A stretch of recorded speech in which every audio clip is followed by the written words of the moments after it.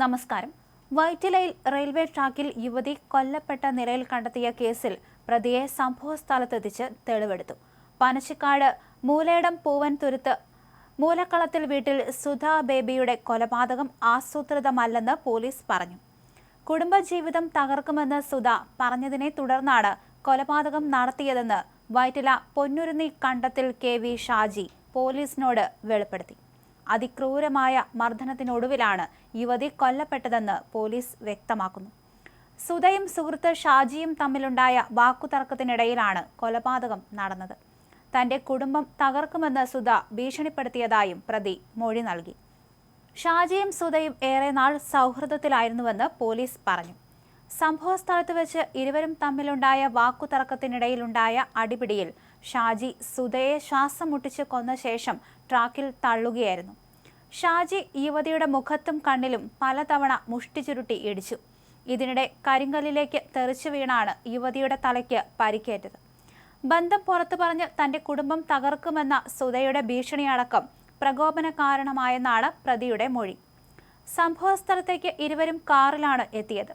വാഹനത്തിൽ നിന്ന് പുറത്തിറങ്ങി റെയിൽവേ പാലത്തിനടുത്തേക്ക് നടന്നു.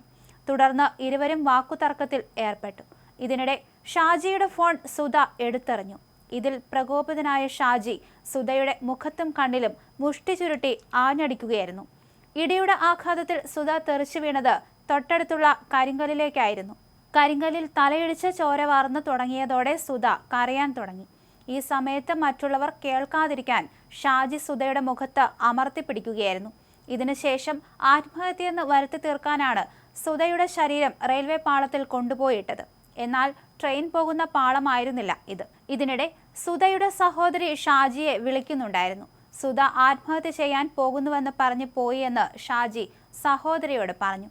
മൃതദേഹം കണ്ടെത്തിയതിനു പിന്നാലെ പോലീസ് CCTV ദൃശ്യങ്ങൾ ശേഖരിച്ചിരുന്നു. യുവതിയും ഷാജിയും ഒന്നിച്ച് നടന്നു പോകുന്നത് ഈ ദൃശ്യങ്ങളിൽ ഉണ്ടായിരുന്നു. പിന്നീട് ഷാജി ഒറ്റയ്ക്ക് നടന്നു വരുന്നതും ദൃശ്യങ്ങളിലുണ്ട്.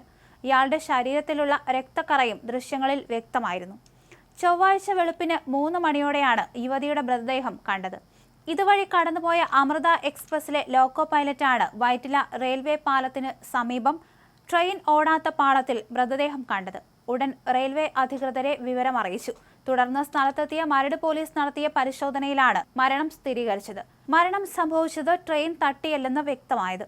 പിടിവലി നടന്നതിന്റെ ലക്ഷണങ്ങളും സമീപം രക്തക്കറ കണ്ടെത്തിയതും മൃതദേഹത്തിന് സമീപത്തു നിന്ന് മൊബൈൽ ഫോൺ കിട്ടിയതും നിർണായകമായി.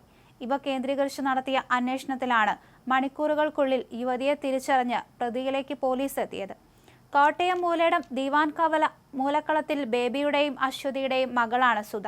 ഭർത്താവുമായുള്ള ബന്ധം വേർപെടുത്തിയ സുധ അമ്മ അശ്വതിയോടൊപ്പം കഴിഞ്ഞു വരികയായിരുന്നു. ഹൈക്കോടതി മുൻ ജീവനക്കാരിയായ അശ്വതി വഴിയാണ് മകൾ സുധയുമായി ഷാജി ബന്ധം സ്ഥാപിച്ചത്. മാനസിക വിഭ്രാന്തിയോടെ പെരുമാറിയിരുന്ന സുധ ഇടയ്ക്ക് ആത്മഹത്യാ ഭീഷണി മുഴക്കിയിരുന്നു. ഈ സാഹചര്യം മുതലെടുക്കാനാണ് സുധയുടെ മരണം ആത്മഹത്യയാണെന്ന് വരുത്തി തീർക്കാൻ മൃതദേഹം റെയിൽവേ ട്രാക്കിൽ ഷാജി ഇട്ടതെന്നാണ് പോലീസ് പറയുന്നത്.